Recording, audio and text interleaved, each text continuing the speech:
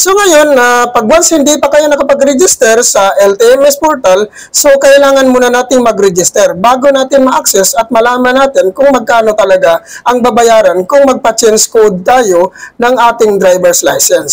So, meron din akong ginawang vlog guys regarding dito sa pag-register ng LTMS portal. So, kung maaari, sundan nyo na lang yung ginawa kong vlog na yun. Ipipin ko na lang sa, sa comment section para hindi na kayo mahihirapan na mag-register sa LTMS portal. So, ang gagawin natin, mag-login na lang tayo dito sa LTMS portal dahil meron na akong account dito sa aking LTMS portal. So, ang kailangan natin gawin, ilagay lang natin yung email natin na ginamit natin sa pag-register ng LTMS portal. So, ngayon, type natin dyan yung email natin. Yan, type nyo lang dyan. Then, dito sa, sa bandang ibaba naman, guys, ay dito din